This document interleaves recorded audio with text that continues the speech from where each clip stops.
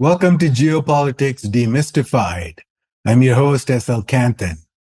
Rumble in the jungle, at least in terms of geopolitical trade wars. That's the topic today. We'll talk about Trump's very likely restarting the trade wars, especially with China, but also with pretty much everyone around the world, including Europe. And we'll talk about the reality versus the fiction, what is going to work, what is not going to work, and more importantly, why. The why part is what that Trump does not understand. He's very consistent, and that's good most of the times. You know, we want politicians to be consistent, but sometimes he's too consistent. Like he's been stuck on this trade war since like the 1980s, and he doesn't change. You know, in his first term, he tried everything. He famously said, trade wars are good and easy to win. That's what he said during his first term. And that didn't work. And now he's just going to double down.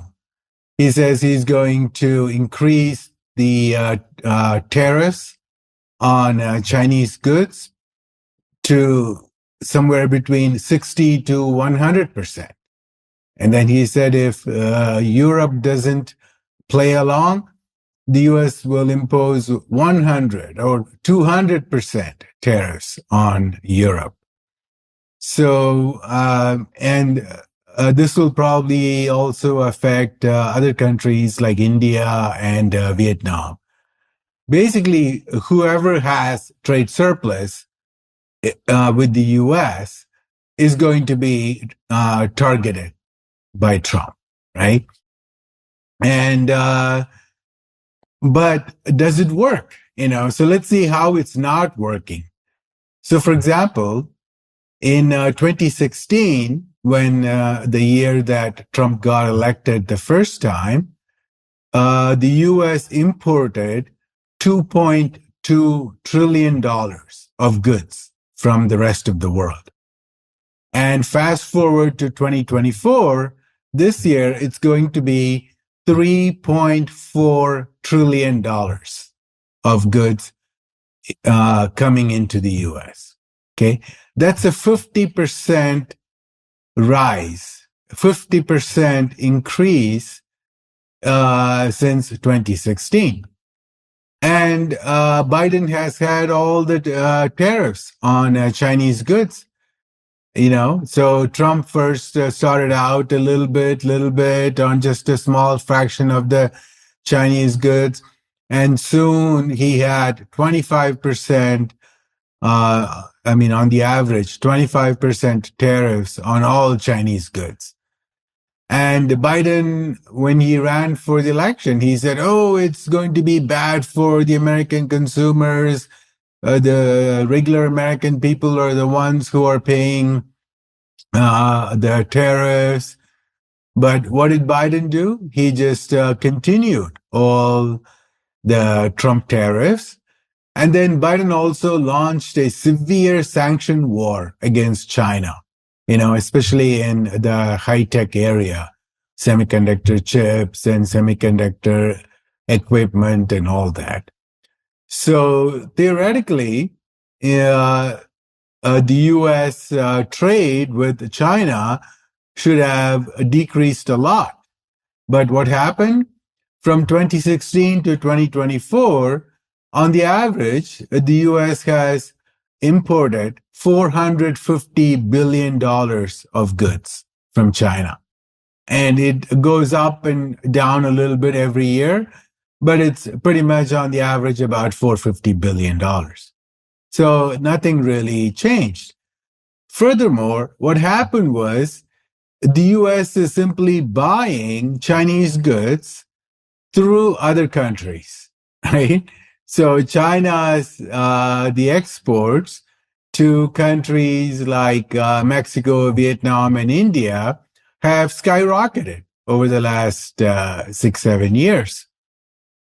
So this is basically a workaround. The Chinese send the intermediary goods to countries like Mexico and Vietnam, and then they just put together the components, the parts, and then they put a stamp, made in Vietnam, made in Mexico, and then they get shipped to the US. So this does affect China a little bit, but not a whole lot. Moreover, China really wants to move away from the manually intensive labor, the very, very bottom of the manufacturing anyways. So in a way, this works in favor of China. This is like, yeah, this is it. This is exactly what we wanted to do. And the US is just accelerating China's transition from the low end to higher up in the value chain. So, the US is not really hurting China. Now, the goal of the US, so there are two groups of people in the US, right? People like Trump want to move manufacturing to the US. But then if you look at the elites, the corporate elites, the oligarchs, what they want to do is to move manufacturing from China to other countries like Vietnam, Mexico, India. And then, so this is their China Plus model. It's to de-risk from China, because if they want to start a war with China in 3, 4 years, they want to have the least contact with China, the least dependency on China. So their fantasy is to move manufacturing to other countries. But that is not working. I mean, all those, it's called friendshoring. So the friendshoring never worked. And so that is something that they are finding out how hard it is, So like they may move to Vietnam, some stuff, and then they find that the Vietnamese factories depend on China for the components that go into the complex parts. So nobody can beat China in terms of speed and scale and sophistication of many things. And China is not just doing the exports of T-shirts and shoes. Those are all days of the past. They still do that, like when it comes to the apparel, the clothing and so on, China is still number one in the world. But they make more money from more sophisticated clothing that the other countries cannot produce. And then China can do it at a lower cost because they have the whole supply chain from, if you're like making cotton T-shirts or shirts, say nice shirts, then China leads the world, or it's one of the biggest producers of cotton. And then they use all these amazing tractors and machines to make a production of cotton cheap. And then they have spent hundreds of millions of dollars on establishing these huge factories that produce fabric or the yarn from cotton. And then they have all these the ecosystems in various cities where they can do everything, like there'll be one company making the dyes, one company making the shirts, one company making the buttons, whatever you can think of. A lot of stuff goes into what we may think as something very simple, like if you take a look at sports shoes, there are so many components that go into sports shoes, and there are a lot of science involved, how to make the heel soft and firm and flexible, and have the right cushion effect, blah, blah, blah. So manufacturing is not easy. And the US is slowly understanding how difficult it is to move manufacturing from China to other countries. So, for example, if you take a look at India, India has done a great job in doing the assembly of smartphones. So now we're doing like maybe 15% of the iPhones are being assembled in India, maybe 20% by next year. So, but it's still, if you look at who is in charge of the assembly, a majority of that is done by the Taiwanese firms like Foxconn. And then the components that go into the Apple iPhone, most of it comes from China, So manufacturing is not just the assembly. If you want to make the touch screen of the iPhone, that's rocket science. Only a couple of countries in the world can do it, like China and South Korea, basically. So the bottom line is manufacturing is never coming back to the US. So Trump cannot understand this, and his supporters cannot understand this, because a lot of the supporters, the older white men, used to work in manufacturing. But so they have a dream of manufacturing coming back, but it's not coming back. So if you look at the labor force in the US, all the American workers, only about 8% of the American labor force is employed in manufacturing. Okay, so like 90% is in services, 2% is in agriculture, and only 8% is in manufacturing. And here's the kicker. Even among that 8%, more than 3% are in non-durable goods. Okay, so that means like perishable goods, basically food and beverage. Under George W. Bush, he changed the definition of manufacturing to include people like McDonald's workers, who flip burgers. And they said, oh, flipping burgers. They're manufacturing burgers. That should be manufacturing. So there's a lot of fake statistics in the US. So if you look at the number of workers in the auto manufacturing in the US, that's only 300,000. Okay, very, very small fraction, 300,000. And if you look at the fast food restaurant workers, that's 16 times more than the auto manufacturing.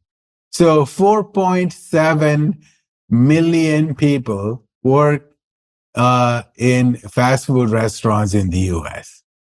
So this is terrible, So ideally, the US would benefit if the statistics were reversed, like 4.7 million people work in the auto manufacturing and 300,000 work in fast food industry, flipping burgers.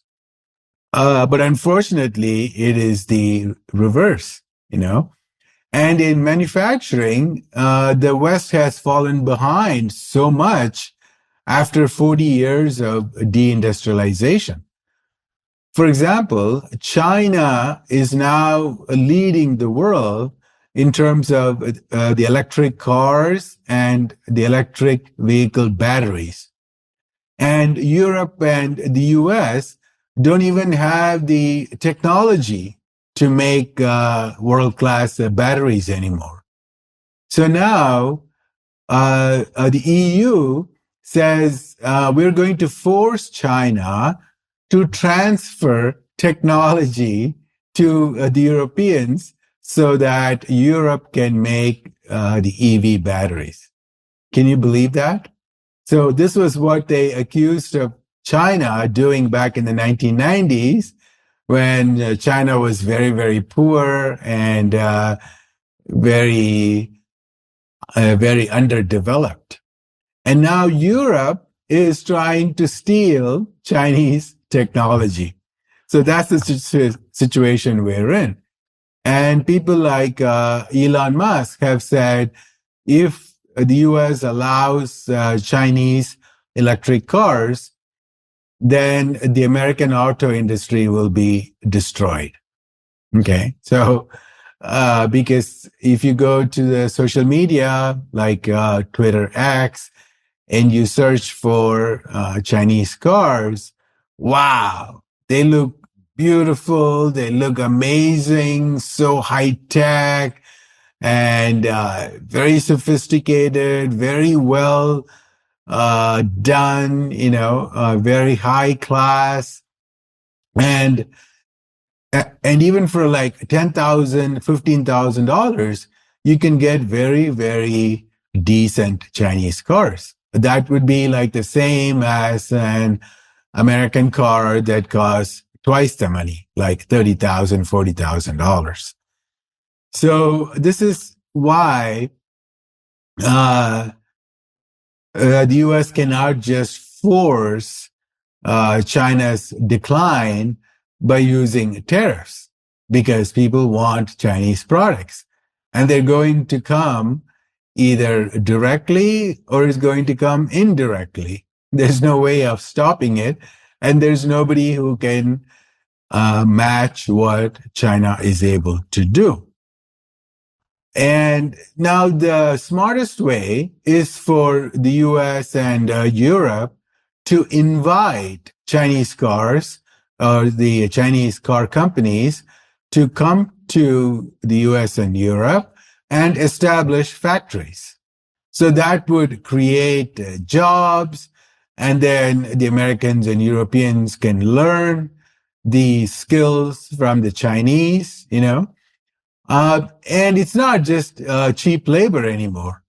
The way that the Chinese are producing 30 million cars per year is how? Through robots and automation, with like high-tech factories with 5G and the artificial intelligence, and they're even now starting to use humanoids, like robots that look like human beings, and they are like walking around the factory floor, carrying stuff and doing whatever.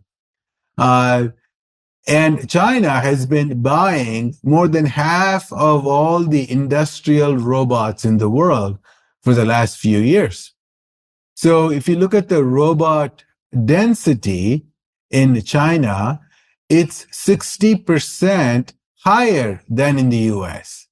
Okay. So this is really shocking, because if you look at wages, then countries with very high wages should have a lot more robots, and country with very low wages should have very few robots.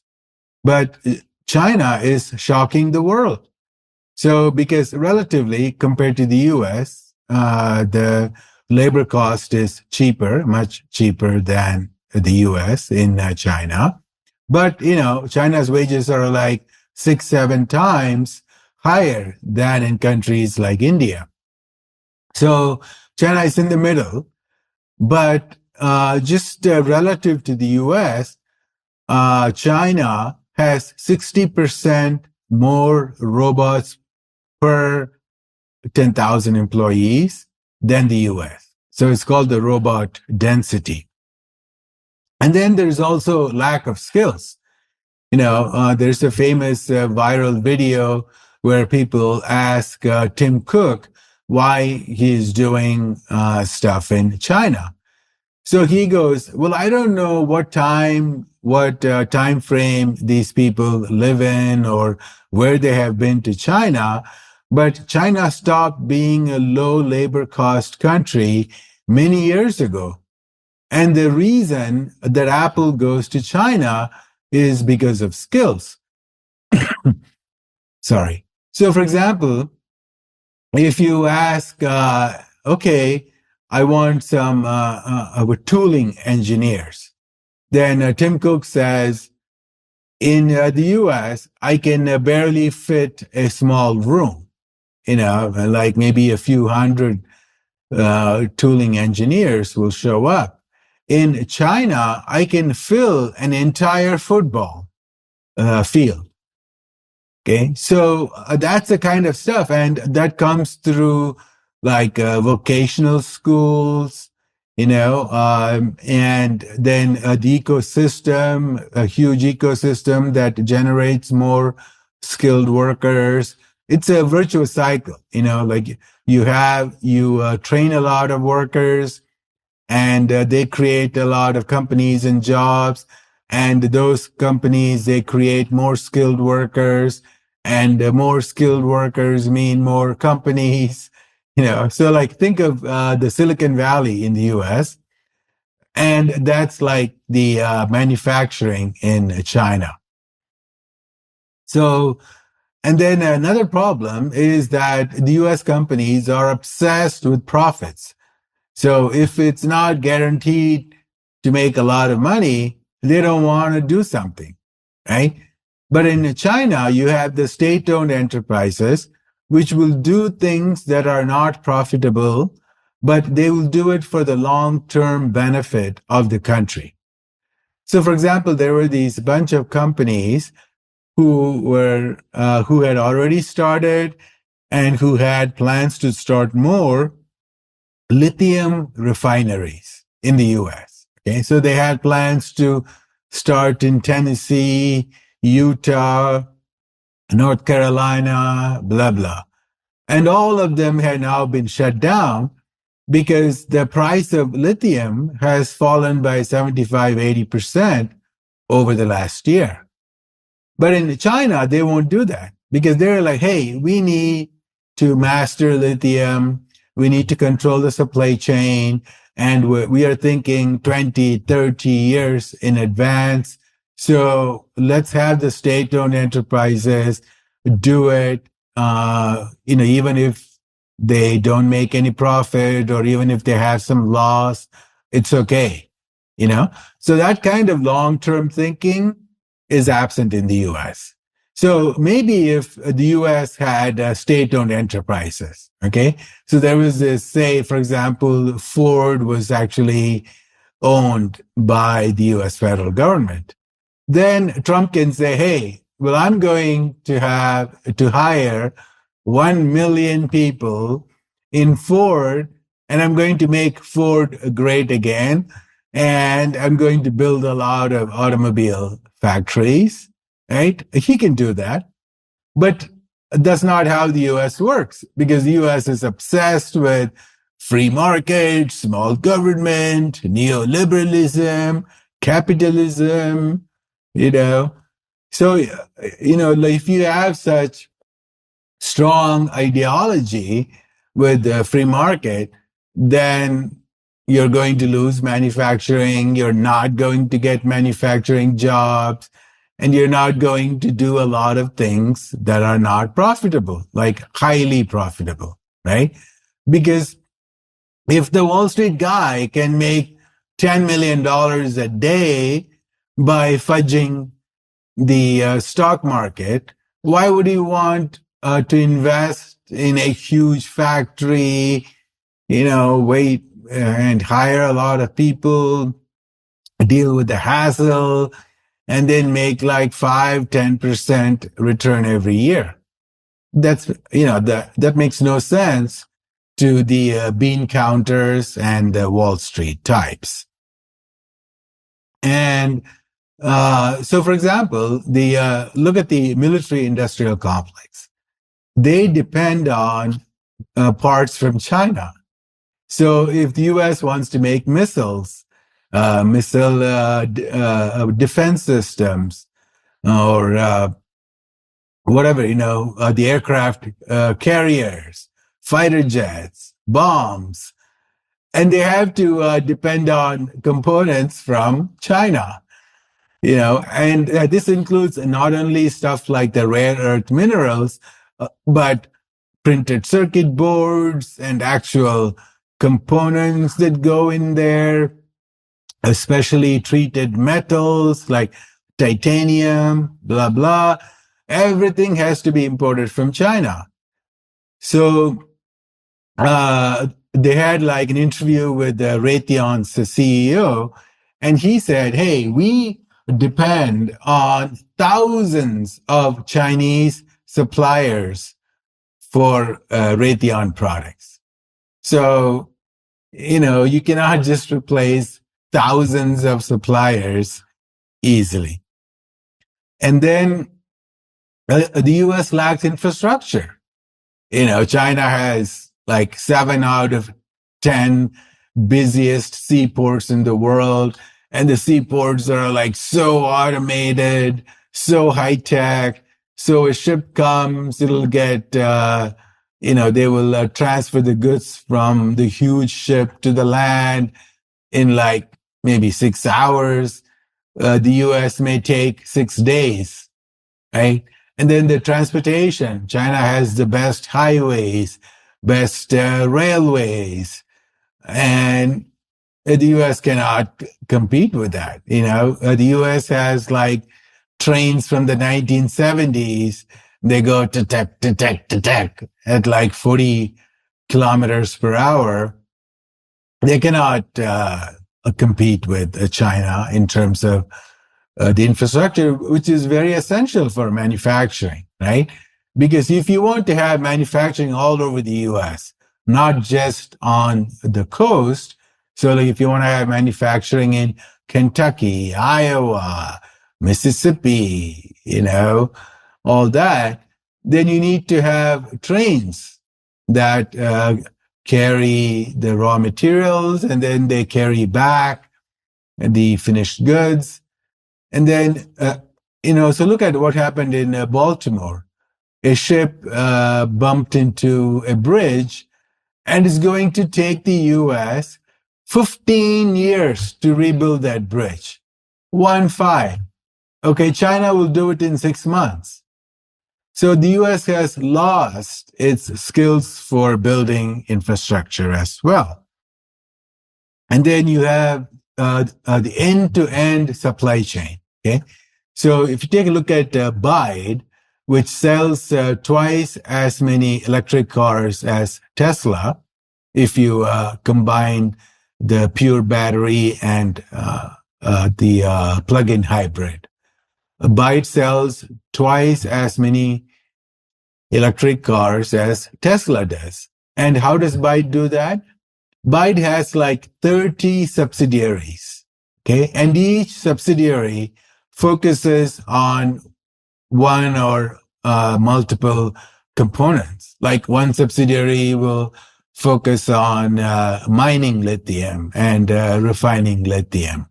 One subsidiary will focus on, the electronic components.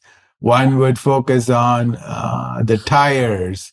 One would focus on the battery. One would focus on the frame of the car, yada, yada.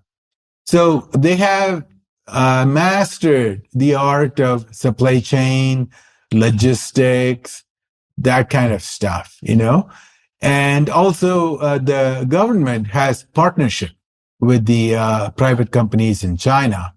So the government will say, "Hey guys, let's become the champion of electric cars," and then they sit around a table, and then the government will listen to the needs of the corporations, and then the corporation will say, for example, "Well, Mr. Xi Jinping, we can do it, but we need a lot of chargers."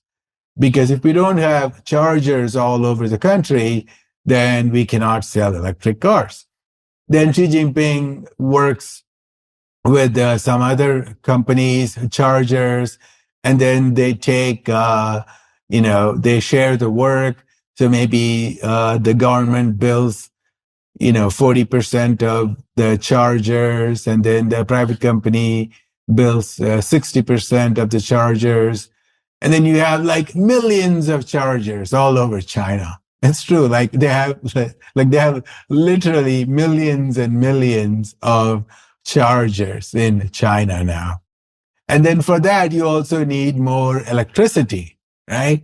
So China's electricity production is, I believe, at least 2x or 4x larger than the US, the US has been stagnant for the last 20 years in terms of electricity production. And then you look at the chart, China is just like skyrocketing, zoom.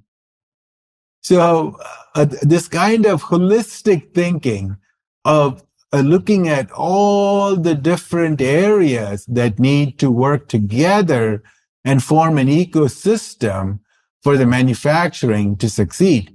So that kind of thinking is lacking with Trump. Does he sit with all the people and figure out, hey guys, what will work, what will not work? No. He doesn't even know what products can be made in the US.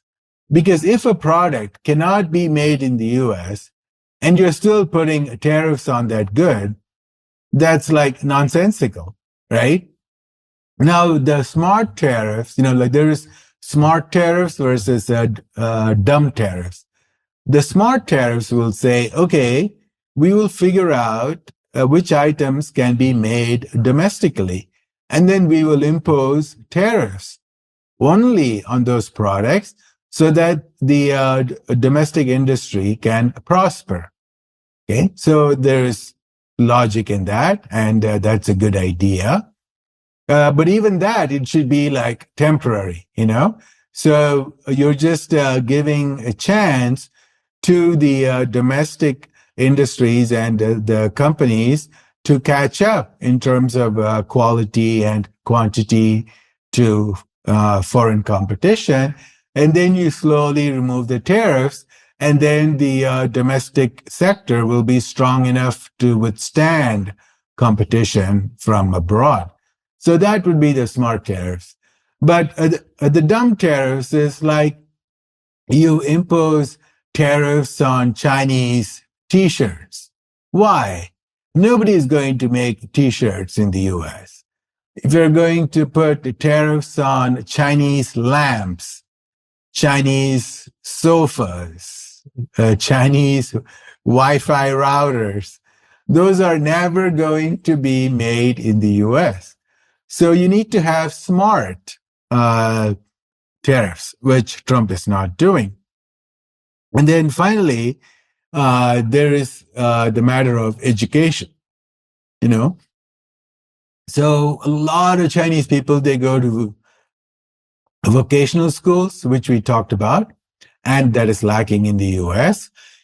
And then in terms of STEM, science, technology, engineering, math, China produces like 7 times, 8 times more STEM graduates than the US does. Nobody in the US wants to study science, engineering anymore, right? How many Americans are like studying physics, electrical engineering, and then like going into masters and PhD and so on? So if you look at the PhD students in the US who are studying, say, computer science and hardcore engineering, 60%, 60, are international students, mostly from China and India. So only 40% of the STEM engineering PhDs in the US are actually Americans. And then, so I don't know the statistics, but I'm sure that half of that 40% are actually like Chinese Americans and Indian Americans, the ethnic people who are doing the PhDs in the US. So white Americans are not too enthused about studying engineering and, things like material science, and to sit in the lab and figure out the best, screen for the TV and smartphones, making the best speakers, and figuring out the best way to refine rare earth minerals. That kind of stuff is gone because everybody just wants to do fluff, you know. So they looked at the Harvard graduates recently, okay? So 40% of Harvard graduates go into law and finance. Yeah, law and finance. The easy way to make money, fluff, and they're all like consultants, just PowerPoints, BS, narratives, storytelling skills, and then they can make $400,000, $500,000 a year. And only like 10% go into engineering at Harvard. If you look at their jobs, only 10% go into hardcore engineering jobs. So this is really terrible. How can Trump fix that in 4 years? He cannot. So, he doesn't have people with skills. He doesn't have people with desire. He doesn't have corporations who want to bring back manufacturing. So how is he going to do that? He cannot. He cannot bring manufacturing back. But he's going to wage a trade war, because his obsession is trade deficit. He thinks that if America has trade deficit, then the other countries are robbing America. Now, there is some truth to it, but here's the catch. This is what the US wanted. And this is how the US is able to maintain the dollar as the global reserve currency, right? So how do the rest of the countries get access to dollar, right? They cannot just go to their foreign exchange market and say, hello, I'm from India and I give you 80 rupees and you give me $1. No, that's not how it works. You have to sell some goods and services to America, and then in return, you get paid in dollar, right? So that's how, all the other countries, they get to earn dollar and to put that dollar in the foreign exchange reserves. And that's what the US wants, because that's what makes the US powerful. It makes the US as like an empire, which can control the world. And it's great for the oligarchs in the US, right? So the top 1%, the top 0.1%, they can just print money, and they can buy natural resources and services and influence all over the world. And they can use the dollar to punish people, like how they stole $300, $400 billion from Russia's foreign exchange reserves, right? So it's kind of contradictory, right? On one hand, the US wants to be an empire. And even Trump said, hey, if somebody is going to move away from the US dollar, I'm going to punish them with more tariffs and more sanctions.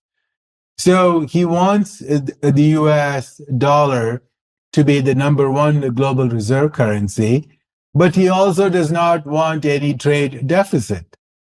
It doesn't work that way, you can either have a trade surplus or you can have the global reserve currency status. You cannot have both. So that is the summary.